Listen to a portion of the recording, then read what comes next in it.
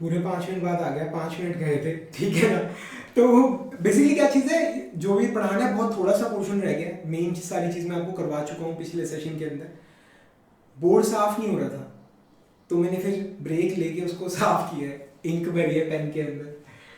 तो फ्रेंड्स हम पढ़ रहे थे रोलिंग, हम उसके बेसिक स्टडी कर रहे थे। मेटल फॉर्मिंग के ऊपर हम कंसाइज कोर्स हमने क्रिएट किया, ठीक है, जिसमें हम उस हर चीज़ पढ़ लेंगे जो आपको कॉम्पिटेटिव एग्जाम के लिए चाहिए, और फालतू हम उसमें कुछ भी छेड़ने नहीं वाले, ठीक है। तो मैंने आपको बताया था कि 6-7 प्रोसेसेस हैं जो हम इसमें स्टडी करेंगे। सबसे पहले वाला हम रोलिंग पढ़ रहे हैं, क्योंकि इसके क्वेश्चंस बहुत ज़्यादा पूछे जाते हैं, बहुत ज़्यादा वैरायटी है इसके अंदर, बहुत ज़्यादा सिंपल है, और हम सब ने रोलिंग होते हुए देखी है गन्ने के जूस की रेडी पर, ठीक है।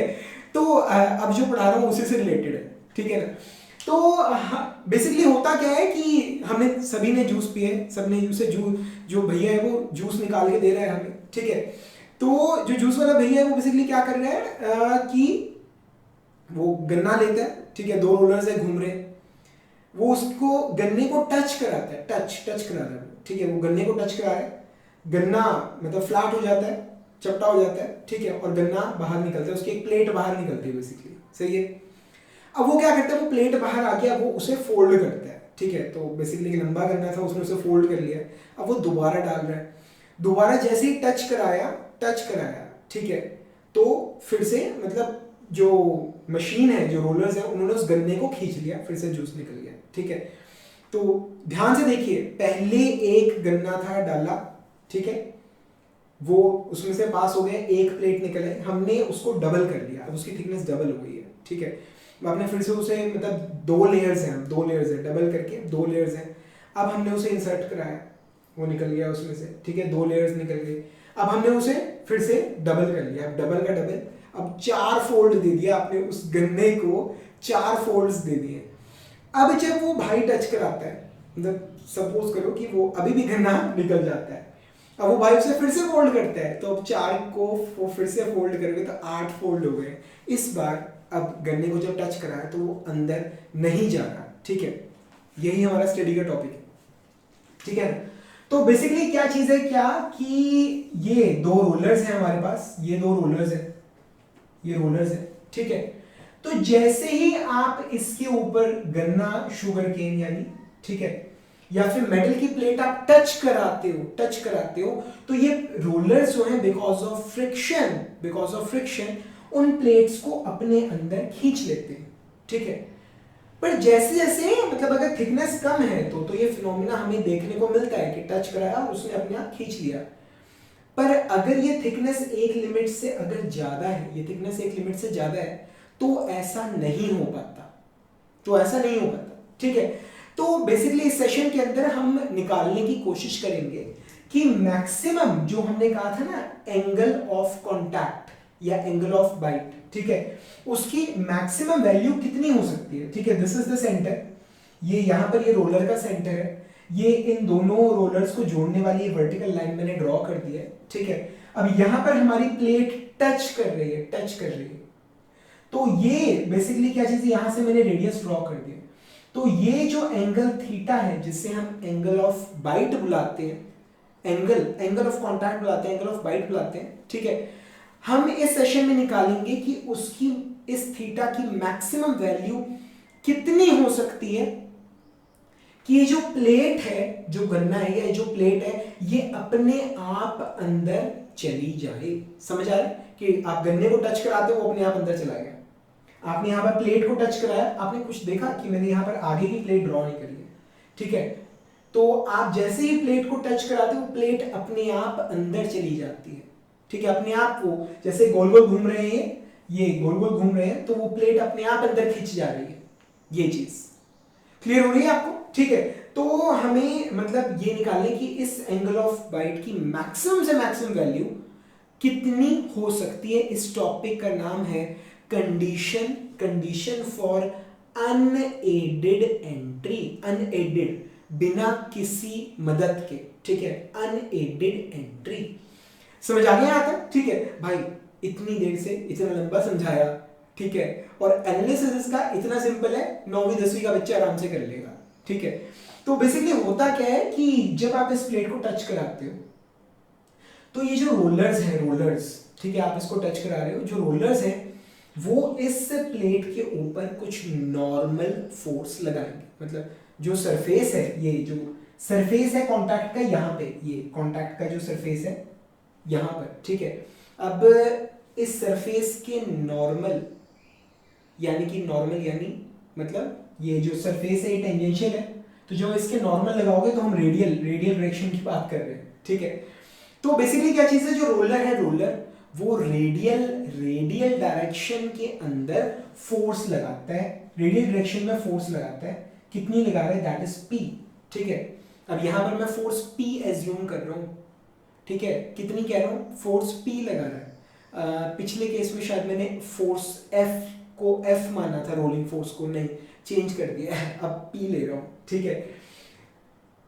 हाँ जी, टॉपिक पे, रोलर इस प्लेट के ऊपर एक फोर्स लगा रहा है अलोंग द रेडियल डायरेक्शन, और वो कितनी है, P।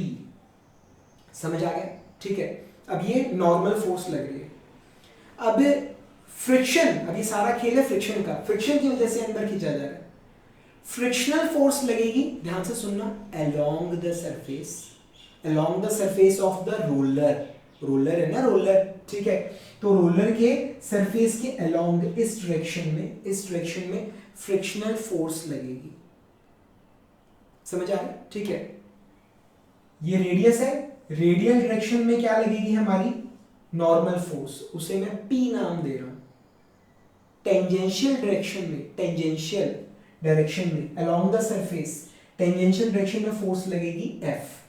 अब मैंने थोड़ा नाम चेंज कर लिया, F is my frictional force, frictional, ठीक है। ये वर्टिकल एक्सिस मैंने ड्रॉ कर दिया, वर्टिकल, ये मैंने वर्टिकल बेसिकली ड्रॉ कर दिया।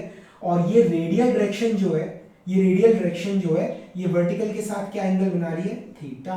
ये वर्टिकल डायरेक्शन के साथ क्या एंगल बना रही है, थीटा।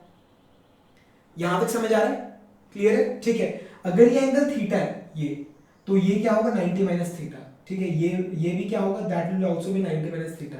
मतलब जिन्होंने मुझसे स्ट्रेंथ ऑफ मटेरियल पढ़ा है, उसमें मैनीज क्रॉस का कंसेप्ट समझाया था मैंने, ठीक है, उन्हें कोई दिक्कत नहीं होगी। ये एक प्लस है, ठीक है, और ये एक दूसरा प्लस है, मल्टीप्लाई कह लो, ठीक है। If this angle is theta, then this angle is theta, then this angle is theta, then this angle is theta, that's all. एक एक छोड़ के थीटा आते हैं, ठीक है ना। तो अब ये एंगल, ये हमने ये प्लस ड्रॉ कर लिया, ठीक है, ये हमने ये वाला प्लस भी ड्रॉ कर लिया। दिस एंगल इज थीटा, ठीक है, तो ये आएगा 90 minus theta, so this angle is theta. ये चीज, ये समझ आ रही है यहां तक, ठीक है। तो अब हो क्या रहा है, ध्यान से देखिएगा, ये जो प्लेट है ना, प्लेट, इसके ऊपर हॉरिजॉन्टल डायरेक्शन के अंदर दो फोर्सेस लग रही हैं, दो फोर्सेस लग रही है हॉरिजॉन्टल डायरेक्शन के अंदर।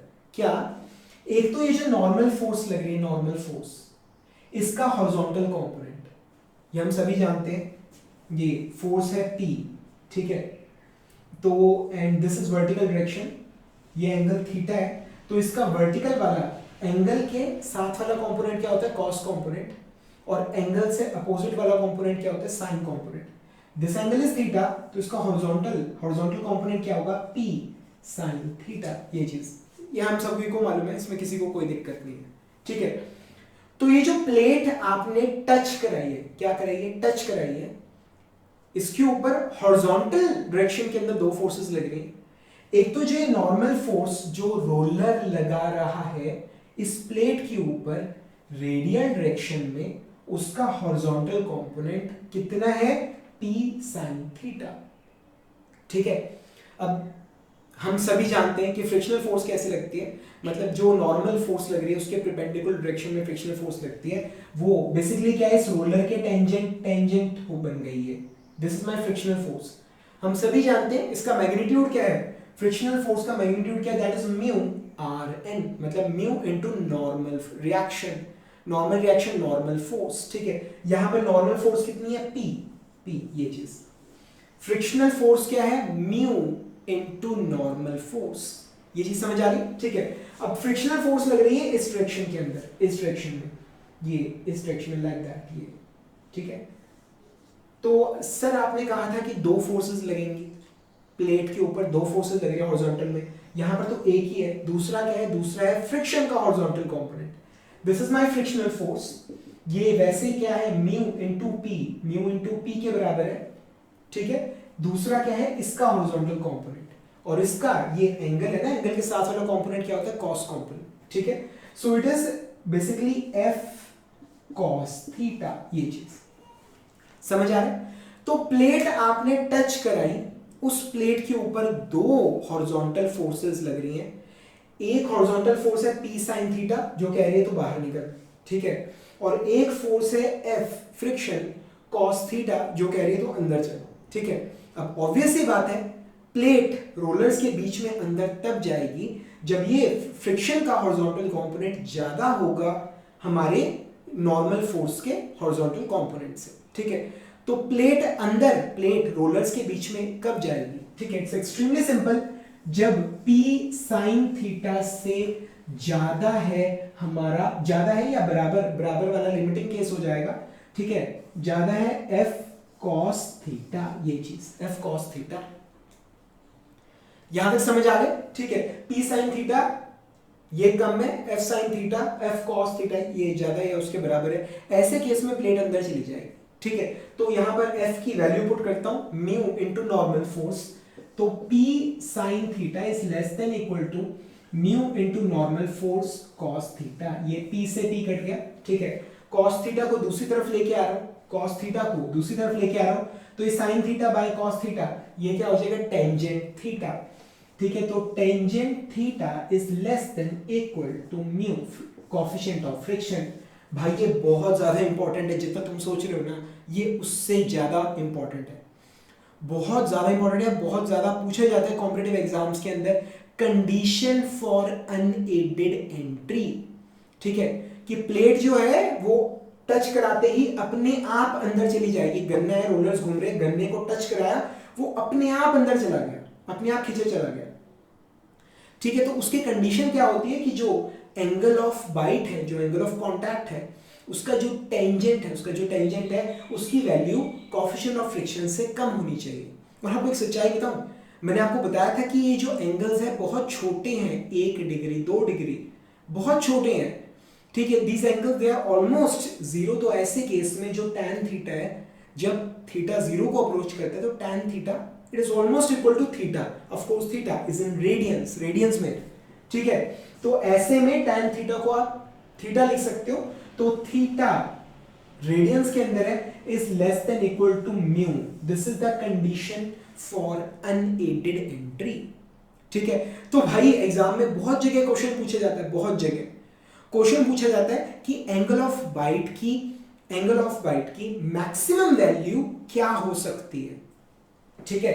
तो एंगल ऑफ बाइट थीटा जिसे हमने बोला है उसकी मैक्सिमम वैल्यू क्या हो सकती है, it is equal to mu. ध्यान रखना भाई, वैल्यू रेडियंस में है, रेडियंस में।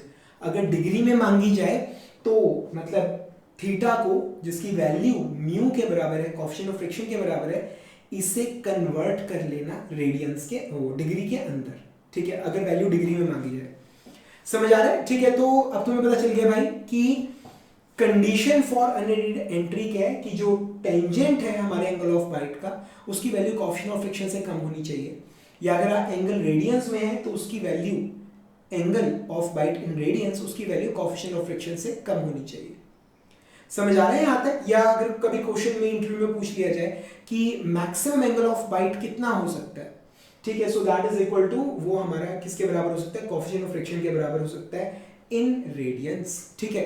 अब इस हिसाब से मैक्सिमम रिडक्शन बहुत ज्यादा पूछा जाता है कॉम्पिटिटिव एग्जाम्स के अंदर, कि आपको दिया जाता है रोलर का साइज मतलब रोलर का डायमीटर आपको दिया जाता है, या फिर रोलर का रेडियस आपको दिया गया है, और कोएफिशिएंट ऑफ फ्रिक्शन दिया गया, और आपसे क्या पूछा गया है कि ये जो रोलर है ये किसी प्लेट के साइज को हद से हद, रोलिंग ऑपरेशन में वो एक रोलर ऊपर एक रोलर नीचे, हद से हद कितना रिड्यूस कर सकता है, ठीक है। उसका फॉर्मूला भी शायद आप जानते होंगे।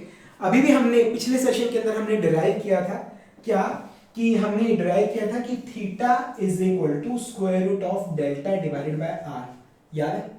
अभी पिछले सेशन के अंदर हमने फॉर्मूला डिराइव किया था, angle of bite is equal to square root of reduction divided by radius of roller, ठीक है। तो ये क्या आ गया यहाँ पे, थोड़ा सा यहाँ सॉल्व कर देता हूँ, ठीक है। तो ये क्या आ गया, अब मैक्सिमम रिडक्शन हमें कब मिलेगा, जब थीटा की वैल्यू मैक्सिमम होगी। मैक्सिमम रिडक्शन आपको कब मिलेगा, जब थीटा की वैल्यू मैक्सिमम होगी, ठीक है। So theta maximum is equal to square root of reduction maximum divided by radius of roller. बच्चे कहाँ गलती करते हैं, क्वेश्चन में हमेशा रोलर का डाया दे रखा होता है, most of the times put कर दिया, यहाँ पर रेडियस आएगा, रेडियस, ठीक है। तो आ गया मैक्सिमम एंगल ऑफ बाइट किसमें है, ये रेडियंस में, is equal to square root of theta max divided by R. Clear है यहाँ तक, ठीक है। तो इससे क्या आ गया हमारे पास, थीटा, ये delta maximum, delta maximum, maximum reduction, इसे शायद मैक्सिमम ड्राफ्ट भी बोलते हैं, चेक कर लेना एक बार, मैक्सिमम ड्राफ्ट में चेक करके बता दूंगा, ठीक है। ड्राफ्ट भी बोलते हैं इसको। मैक्सिमम ड्राफ्ट, मैक्सिमम रिडक्शन जो प्लेट की थिकनेस में आएगा उसकी वैल्यू क्या आ जाएगी, अब थीटा मैक्स, ये आ जाएगा थीटा मैक्सिमम का स्क्वायर इनटू रेडियस, ठीक है। अब थीटा मैक्स की खुद की वैल्यू कितनी है, थीटा मैक्स की खुद की वैल्यू कितनी है, that's equal to mu, coefficient of friction, ठीक है। तो मैक्सिमम रिडक्शन क्या आएगा, mu square R, mu square R, ये चीज। ये बहुत ज्यादा पूछा जाता है कॉम्पिटिटिव एग्जाम्स के अंदर। भाई रोलिंग का क्वेश्चन अगर आ गया ना एग्जाम में, ठीक है, मतलब रोलिंग का क्वेश्चन सिर्फ क्वेश्चन होता है, वो आसान ही मुश्किल नहीं होता है, ये फिर यूं का वो हमेशा आसान होता है। अगर वो 2 नंबर का आए तो 2 नंबर दे के जाएगा, ठीक है ना। उसमें इस तरह की वैल्यूज निकालेंगे और वो आप बड़े आराम से निकाल लोगे, बहुत आराम से निकाल लोगे, ठीक है। तो मैक्सिमम रिडक्शन कितना आ रहा है, mu square multiplied by radius of roller. कई बार क्वेश्चन पता है कैसे आते हैं कि बताओ वो क्या चीज है जिससे हम रिडक्शन को बढ़ा सकते हैं, ठीक है, कि जो एग्जिट प्लेट है उसकी थिकनेस कम से कम हो, या प्लेट अंदर जा रही है, रिडक्शन अगर बढ़ेगा तब तो थिकनेस कम होगी एग्जिट प्लेट की, ठीक है। तो वो क्या है, फॉर्मूले में क्लियरली नजर आ रहा है, या तो रोलर का रेडियस बढ़ाओ, ठीक है, या फिर दूसरा तरीका क्या है, कोएफिशिएंट ऑफ फ्रिक्शन बढ़ाओ, ठीक है ना, सही है नहीं, ठीक है। तो मतलब ये चीजें आप बड़े आराम से हैंडल कर सकते हो अगर आपको सिर्फ फॉर्मूला मालूम है तो।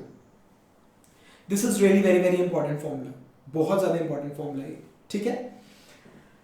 समझ आ गया यहाँ तक, क्लियर है, ठीक है। तो ये हमने निकाल लिया मैक्सिमम, सबसे पहले तो हमने निकाला कंडीशन फॉर अनएडेड एंट्री अभी इस लेक्चर के अंदर से, इस सेकंड सेशन में, ठीक है। फिर हमने निकाला मैक्सिमम एंगल ऑफ बाइट कितना हो सकता है, ठीक है। फिर हमने निकाला कि मैक्सिमम रिडक्शन कितना हो सकता है, यहाँ तक समझा है। उसके बाद नंबर ऑफ पासेस पूछ लेते हैं कि बताओ कितनी बार इस रोलिंग ऑपरेशन हमें करना पड़ेगा। मतलब वो चीजें मुझे नहीं पता कि मुझे आपको पढ़ानी चाहिए नहीं, वो बिल्कुल ही मतलब कॉमन सेंस की चीजें हैं, बेसिक्स ही हैं, ठीक है। अब सपोज कीजिए कि आपको, सपोज कीजिए मतलब आपको प्लेट की जो थिकनेस है उसमें रिडक्शन लेकर आना है, रिडक्शन लेकर आना है 21 mm का, 21 mm का आपको रिडक्शन चाहिए। प्लेट की थिकनेस सपोज करो, मतलब पहले, मतलब ऐसे ही कह रहा हूँ 121 mm है थिकनेस, आपको उसे रिड्यूस करके कितनी करनी है, 100 mm। इनिशियल थिकनेस कितनी है 121, फाइनल कितनी है 100, ठीक है। तो रिडक्शन कितना चाहिए टोटल, आपको 21 mm का चाहिए, initial thickness minus final thickness, ठीक है। अब सपोज कीजिए कि मैक्सिमम रिडक्शन की वैल्यू उस केस में जो एक बार में, एक पास में हमें मिलती है, सपोज कीजिए दैट इज 7 mm, ठीक है। तो क्वेश्चन में क्या पूछ लेता है कि कितनी बार आपको रोलिंग ऑपरेशन करवाना पड़ेगा। भाई ये तो मतलब कोई 5वीं 6वीं का बच्चा भी सॉल्व कर लेगा कि एक बार में थिकनेस कितनी कम होती है 7 mm, टोटल कितनी कम करनी है 21 mm, ठीक है। तो कितनी बार आपको रोलिंग ऑपरेशन परफॉर्म करना पड़ेगा, दैट इज टोटल रिडक्शन जो चाहिए divided by maximum reduction. Total reduction मुझे कितना चाहिए 21 mm, एक बार में हद से हद में कितना कर सकता हूँ 7 mm, ठीक है। तो कितने, मतलब 3 बार मुझे रोलिंग ऑपरेशन परफॉर्म करना पड़ेगा। पहली बार रिड्यूस करूंगा 7 mm थिकनेस कम होगी, फिर दूसरी बार करवाऊंगा 7 mm और हो जाएगी, यानी कि टोटल 14 mm रिड्यूस हो गई है। फिर जब तीसरी बार रोलिंग करवाऊंगा तो 7 mm और हो जाएगी थिकनेस, यानी टोटल 21 mm रिड्यूस हो गई है। समझ आ गया, ठीक है। यार इसमें भी ना कई बार मतलब बच्चे कुछ ज्यादा ही कॉमन सेंस लगा देते हैं, ठीक है। सपोज करो 21 नहीं 22 mm की, सपोज करो 22 mm की रिडक्शन चाहिए, 22, हाँ जी, अब आप बताइए कि क्या आंसर आ रहा होगा, क्या आंसर आएगा, कितने पासेस चाहिए। टोटल रिडक्शन आपको कितनी चाहिए, 22 mm की। एक बार में सिर्फ 7 mm थिकनेस रिड्यूस होती है, बताइए कितने नंबर ऑफ पासेस लगेंगे। ठीक है, तो अब ऑब्वियस है कि मतलब टोटल रिडक्शन कितना है, 22 mm। एक बार में कितना रिड्यूस हो रहा है, 7 mm। तो जब आप डिवाइड करोगे, अब इस वक्त आई मेरे पास कैलकुलेटर नहीं है, ठीक है, तो मेरे ख्याल से मतलब 3.14 कुछ इस तरह से आना चाहिए, कुछ इस टाइप से कुछ आ रहा होगा, चेक कर लेना। ठीक है, तो 22/7 3.1 कुछ इस तरह से आ रहा होगा। ठीक है, अब जो नंबर ऑफ रोलिंग ऑपरेशंस है, या तो एक बार करोगे, दो बार करोगे, तीन बार करोगे, चार बार करोगे, ठीक है ना, तो इसको राउंड ऑफ करना पड़ेगा, तो रोलिंग ऑपरेशन 3 बार करोगे या 4 बार करोगे। ठीक है, तो कई बार मैंने देखा है sir it is approximately equal to 3, ना भाई ऐसा नहीं है। ठीक है, अब रोलिंग ऑपरेशन या तो 3 बार होगा या 4 बार होगा। ठीक है, अब 3 बार अगर करोगे तो रिडक्शन सिर्फ 21 mm का ही मिलेगा ना। अब अगर 22 mm का रिडक्शन चाहिए तो एक बार रोलिंग दोबारा करनी पड़ेगी, चाहे इस बार रिडक्शन सिर्फ 1 mm का ले रहे हो। ठीक है, तो ध्यान रखना जब तुम नंबर ऑफ पासेस निकालो, अगर आंसर 3.005 भी आ रहा है ना, इसका मतलब कितने पासेस चाहिए, 3 नहीं, कितने पासेस चाहिए, 4 पासेस चाहिए। ठीक है, बाकी तो यार देखो मतलब तुम खुद समझदार हो, एग्जाम के अंदर आपको बेस्ट पॉसिबल आंसर टिक करना होता है। ठीक है, अब सपोज करो इस केस में अगर एक ऑप्शन है 3 और दूसरा है 5, ठीक है, 4 वाला ऑप्शन जो सही है वो है ही नहीं, तो ऑफ कोर्स हम 3 को ही टिक करेंगे। ठीक है ना, पर राउंड ऑफ करते हुए ध्यान रखना ये कोई मतलब मैथ्स का आंसर नहीं निकल रहा। ठीक है ना, यहाँ पर क्या है, नंबर ऑफ पासेस पूछ रहे हैं। अब 3 पासेस के अंदर वो काम नहीं हो सकता, 3 पासेस के अंदर सिर्फ 21 mm का रिडक्शन मिलेगा, आपको 22 mm का रिडक्शन चाहिए, तो आपको एक बार दोबारा रोलिंग करनी पड़ेगी। तो जब राउंड ऑफ करो तो अगले नंबर की तरफ राउंड ऑफ करना, उससे कम मत करना। समझ आ रही है चीजें। ठीक है भाई, रोलिंग ऑपरेशन के न्यूमेरिकल्स दुनिया के सबसे आसान न्यूमेरिकल्स होते हैं। रोलिंग का न्यूमेरिकल अगर आ गया, 2 नंबर का अगर आया तो 2 नंबर देकर जाएगा, ये मेरा तुमसे वादा है। ठीक है ना, पर सिर्फ मैं जो भी पढ़ा रहा हूँ ना, जो फॉर्मूले में डिराइव कर रहा हूँ, साथ साथ उन्हें नोट कर लिया करो, डेरिवेशंस को करके देखा करो। मतलब मैं अपने सेंटर पे बच्चों को मेनली जो क्वेश्चन सॉल्व करवाता हूँ, प्रीवियस ईयर क्वेश्चंस पे मैं ज़्यादा जोर देता हूँ। हर टीचर की अपनी फिलॉसफी है, पर जब मैं कहता हूँ previous year questions, I mean कि जब भी मैं वो क्वेश्चन सॉल्व करता हूँ, जब मैं प्रिपरेशन करता था, जब मैं उस क्वेश्चन को सॉल्व करता था, each and every time I use to derive the formula.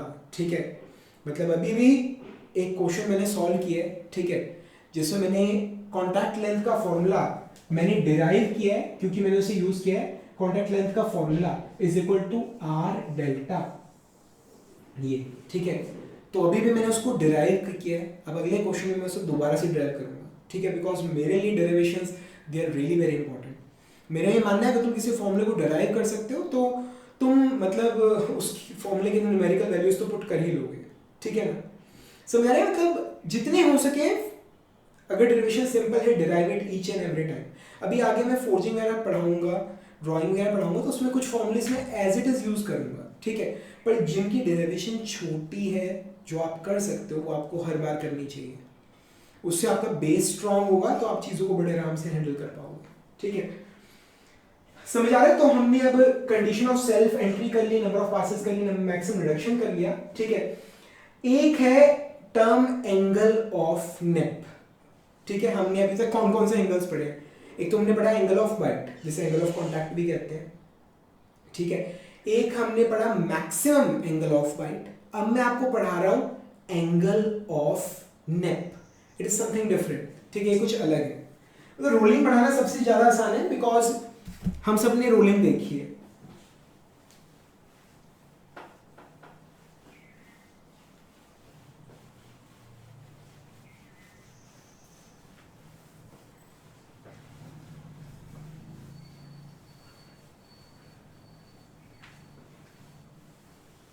कैसे लग रहे हैं आपको हमारे लेक्चर्स? प्लीज नीचे कमेंट्स में आपने जरूर मेंशन करना है।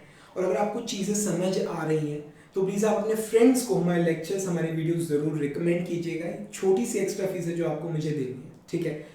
अगर आप इस लेक्चर को यूज़ कर रहे हैं तो प्लीज़ नीचे कमेंट्स में ज़रूर मेंशन कीजिएगा कि आपको कैसा लग रहा है ये लेक्चर, ठीक है। मतलब your comments they are my only motivating force.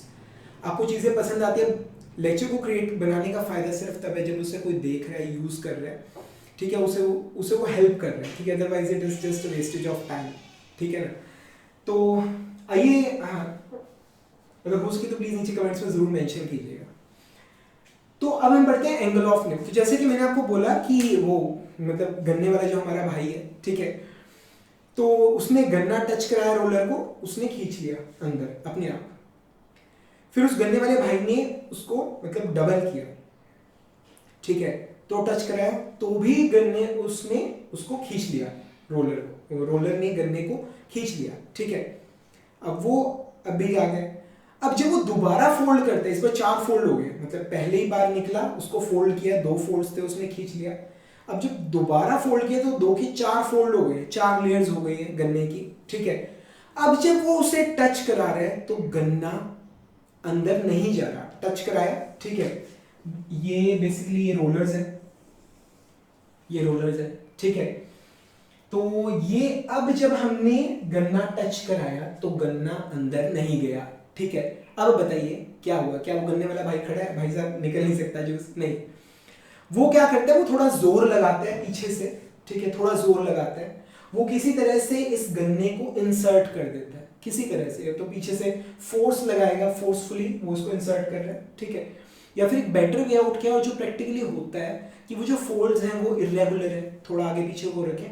तो शुरुआत में जो गन्ना है, ठीक है, उसकी शुरुआत में जो थिकनेस है वो कम है, जैसे काफी सारे फोल्ड्स हैं, बीच में उसकी थिकनेस ज्यादा है गन्ने की जब आपने उसे फोल्ड किया, पर स्टार्टिंग में उसकी थिकनेस जो है वो कम है।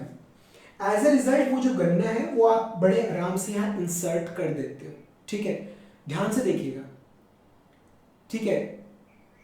पहले टच कराया, निकल गया, दोबारा टच कराया, फोल्ड करके फिर से निकल गया, तीसरी बार टच कराया तो नहीं निकला। तो हमने क्या किया, थोड़ा सा पीछे से हमने फोर्स लगाया, या उसे पॉइंटेड सा बना के हमने किसी तरह से उसे शार्प करके इंसर्ट कर दिया। एक बार जब आपने, ध्यान से देखिएगा, जब आपने ये रीजन फिल कर दिया, फिल, ठीक है, एक बार जब जो गन्ना है वो इस रीजन के अंदर फिल हो गया, भर गया, ठीक है, उसके बाद ये गन्ना अपने आप निकल जाता है। समझ आया क्या हुआ यहाँ पे? अगर नहीं समझ आया ना भाई, 10-20 रुपए का खर्चा आएगा, जाओ जाके जूस पी के आओ, ठीक है। एक बार देखो दोबारा कि वो क्या कर रहा है, तुम्हें सब कुछ अपने आप समझ आ जाएगा, ठीक है। तो टच कराया, अंदर नहीं गया, ठीक है, उसने, रोलर ने उसको नहीं खींच पाया। पर जब हल्का सा पुश किया, एक बार जब ये रीजन फिल हो गई, एक बार बस यहां तक फिल होने की बात है, उसके बाद ये गन्ना अपने आप आगे चला गया। यहां तक समझ आया, ठीक है। तो ये यहां पर एक्चुअल में क्या हो रहा है, ठीक है, कि टच कराने पर नहीं जा रहा था, पर फिल होने पर फिर निकल गया। यहां पर एक्चुअली क्या फंडा है, बड़ी इंटरेस्टिंग चीज हो रही है क्या, कि आपको याद है पिछली बार जब मैं डायग्राम बनाया था तो मैंने आपको कहा था कि ये आगे गया नहीं है, ठीक है। तब जो प्लेट थी वो यहीं तक थी, यहीं तक, ठीक है। तब जो प्लेट थी वो आगे नहीं गई थी, प्लेट इसी पॉइंट तक थी, यहीं तक थी, ठीक है। तो जो नॉर्मल फोर्स लग रही थी, रेडियल डायरेक्शन के अंदर जो ये फोर्स लग रही थी वो इसी पॉइंट पर लग रही थी। जो फ्रिक्शनल फोर्स थी टेंजेंशियल टू द रूलर, जो फ्रिक्शनल फोर्स थी वो इस पॉइंट पर लग रही थी। क्यों? रीजन ये कि प्लेट तो अंदर अभी गई ही नहीं है, प्लेट बाहर ही है, उसको टच कर रही है, ठीक है। पर इस सेकंड केस में हमने क्या है, हमने किसी तरह से धक्का मार के कैसे भी हमने उस प्लेट को अंदर इंसर्ट करवा दिया, ठीक है। हमने उस प्लेट को क्या है, हमने उस प्लेट को अंदर यहां पर फिल करवा दिया। वो अंदर का ये जो पूरा रीजन है ना वो फिल कर चुकी है प्लेट, जैसे मर्जी किया हो हमने करवा दिया, ठीक है।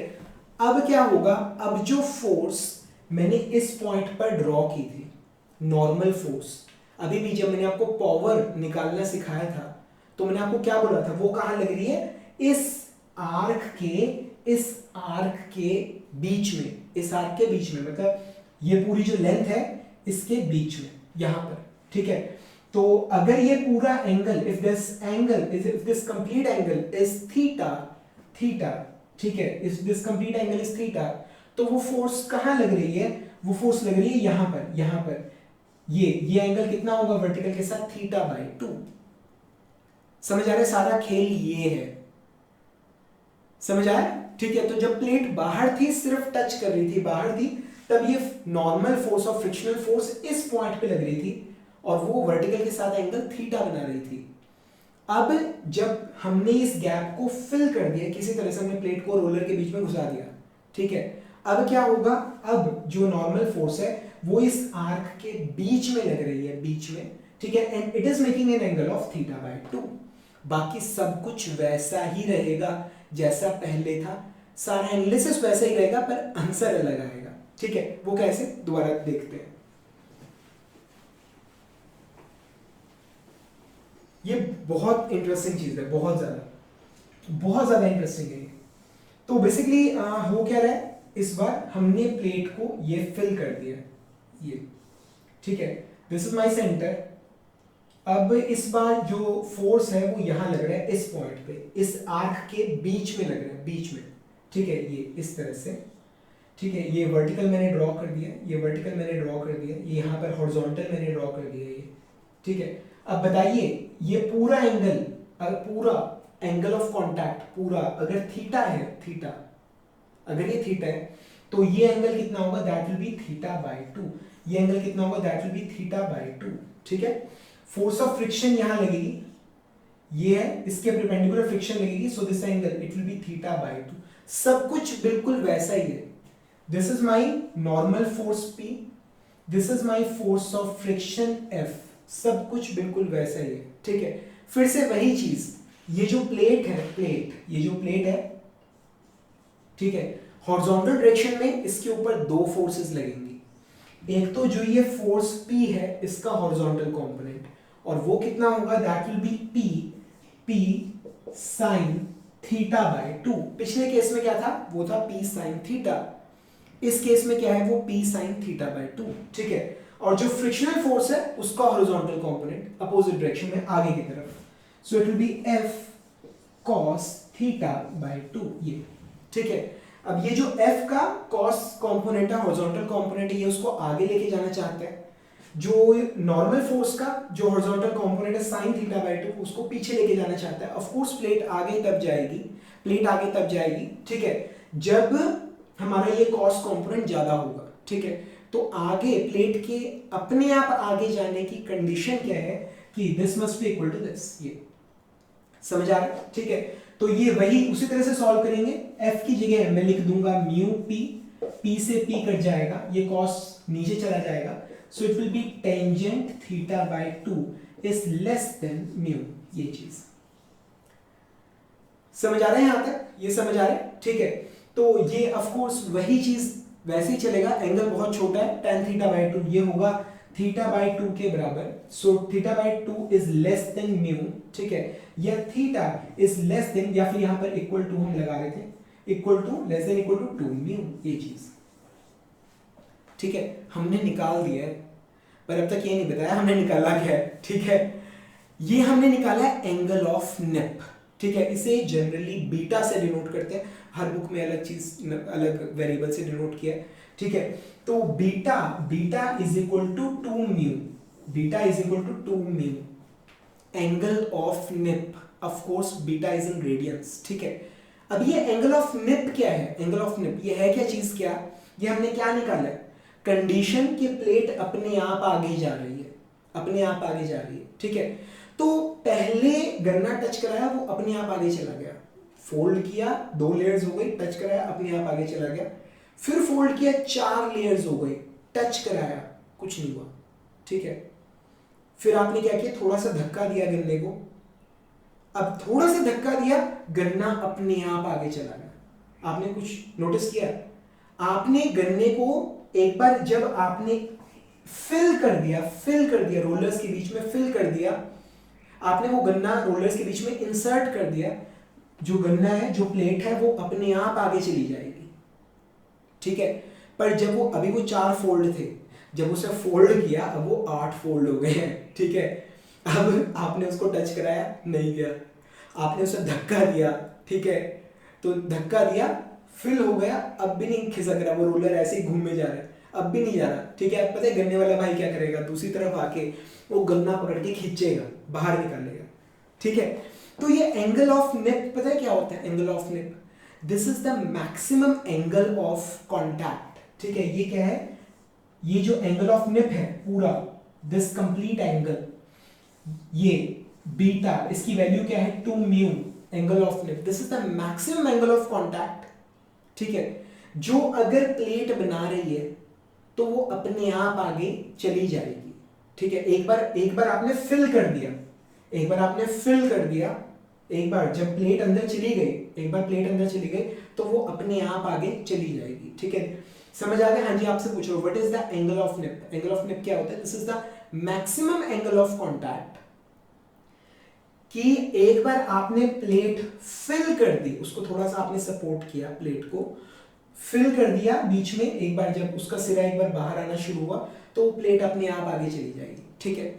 अगर आपकी प्लेट एंगल ऑफ निप से ज्यादा एंगल बना रही है, ज्यादा एंगल बना रही है, ठीक है, अगर जो प्लेट है अगर उसकी थिकनेस और ज्यादा है, अगर उसका angle of contact angle of nip से भी ज्यादा है, तो आपने जोड़ तोड़ करके प्लेट घुसा भी दी ना, वो बाहर नहीं निकलने वाली, ठीक है।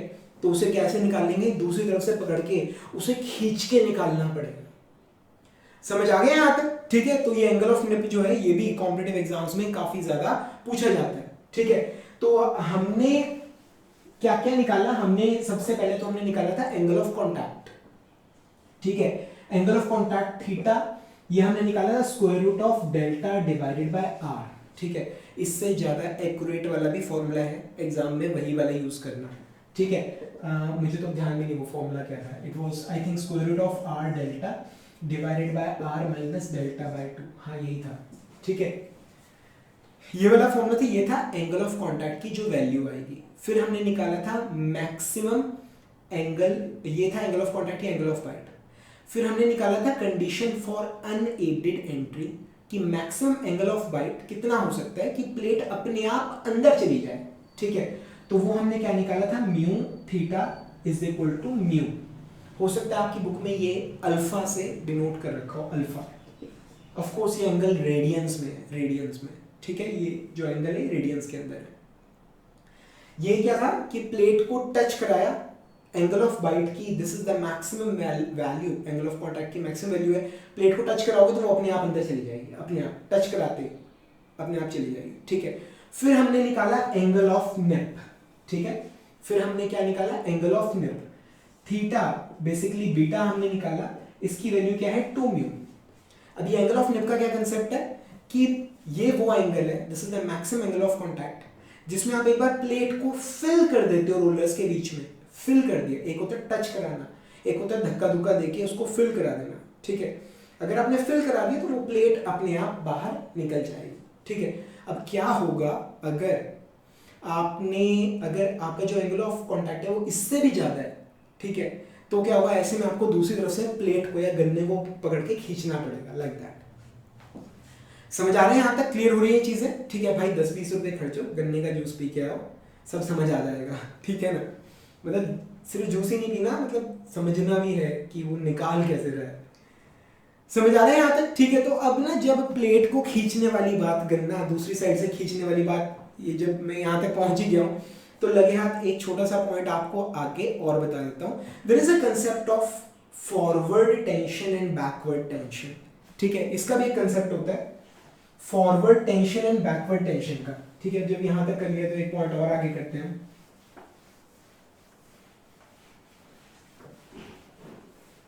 ठीक है। ये फॉरवर्ड टेंशन और बैकवर्ड टेंशन का क्या कंसेप्ट है, बेसिकली क्या चीज है कि ये यहां पर ये इस तरह से ये चीज, ठीक है। तो मैंने आपको बताया था कि यहां पर इनलेट वेलोसिटी v1 कम होती है, एग्जिट वेलोसिटी v2 ज्यादा होती है, रोलर की वेलोसिटी इनके बीच में लाई करती है, ये there is a neutral plane, ठीक है। न्यूट्रल प्लेन क्या है, जहां पर रोलर की वेलोसिटी और प्लेट की जो क्रॉस सेक्शन की वेलोसिटी है वो सेम होती है, दैट्स न्यूट्रल प्लेन। इससे पहले इस तरफ क्या है, लैगिंग जोन, पीछे बैकवर्ड स्लिप हो रहा है। इसके आगे क्या है, प्लेट तेज है, दैट्स लीडिंग जोन, यहाँ पे फॉरवर्ड स्लिप हो रहा है, ये चीज क्लियर है, ठीक है। तो बेसिकली होता क्या है कि अब जैसे मैंने अभी आपको बताया कि कुछ सिचुएशन के अंदर प्लेट फंस गई है रोलर्स के बीच में, तो आप उसे इस तरह से पकड़ के खींचते हो, ठीक है। अब ऐसे में मतलब कुछ फैक्ट्स आपके साथ शेयर कर रहा हूं मैं कि जब आप जिस साइड से खींच रहे हो ना, न्यूट्रल प्लेन उसके दूसरी तरफ मूव करता है,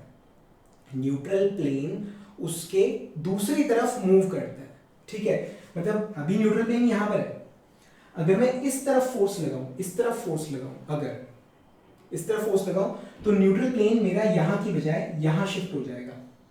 अगर मैं और फोर्स लगाऊं, अगर मैं फोर्स का मैग्नीट्यूड बढ़ा दूं तो न्यूट्रल प्लेन और शिफ्ट हो जाएगा, ठीक है। अगर मैं फोर्स और बढ़ा दूं तो बढ़ते बढ़ते मेरा न्यूट्रल प्लेन यहां तक शिफ्ट हो जाएगा, अब इससे आगे तो क्या जाएगा, ठीक है ना। सेम बैकवर्ड वे में भी होता है, बैकवर्ड वे में, ठीक है। अगर आप क्या है, अगर आप पीछे से खींच रहे हो, ठीक है, अगर आप पीछे से खींच रहे हो, ठीक है, अगर आप प्लेट आगे, रोलर्स आगे लेके जाना चाहते हैं, आप पीछे से खींच रहे हो, ठीक है, तो ऐसे में मैंने कहा ना जिस साइड फोर्स लगा रहे हैं न्यूट्रल प्लेन उसके अपोजिट डायरेक्शन में शिफ्ट होता है। अब सपोज करो कि पहले न्यूट्रल प्लेन यहां पर था, यहां पर, अब जब मैं वहां से पीछे से खींचूंगा तो वो न्यूट्रल प्लेन इस तरफ चला जाएगा। अगर मैं और पीछे खींचूंगा तो न्यूट्रल प्लेन यहां पहुंच जाएगा।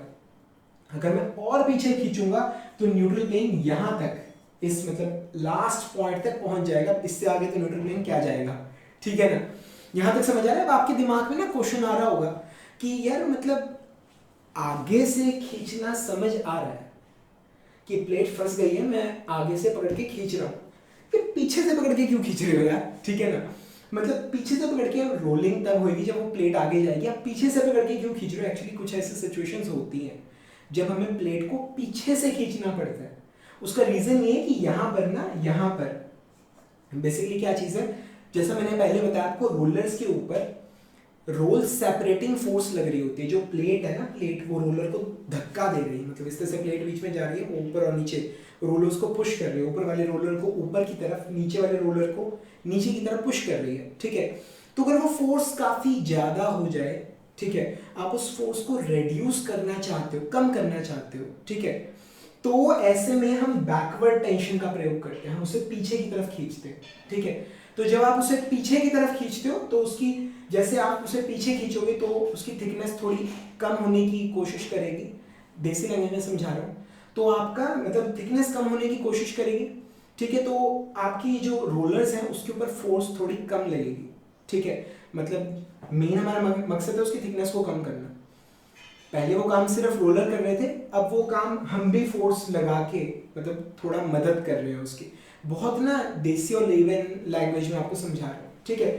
तो अभी भी हमने बात करी कि मतलब अगर आप आगे से खींचते हो तो न्यूट्रल प्लेन पीछे शिफ्ट होता है। और सच्चाई बताओ, अगर आप आगे से, अगर आप सपोर्ट दे रहे हो अगर, ठीक है, तो जो रिडक्शन, मैक्सिमम रिडक्शन की हम बात कर रहे थे ना, मैक्सिमम रिडक्शन कितना हमें मिल सकता है, तो अगर आप आगे से खींच रहे हो तो भाई रिडक्शन और भी ज्यादा हो सकता है, कोई दिक्कत नहीं है। ज्यादा थिक प्लेट है, रोलर्स घूम रहे हैं, अपने आप नहीं निकल पा रहे, तो आप मदद कर दो, ऐसे में आपको रिडक्शन ज्यादा मिल जाएगा। और कॉमन सेंस की बात है कि अगर आप पीछे से खींच रहे हो, ठीक है, तो रिडक्शन आपको कम मिलेगा, ठीक है ना।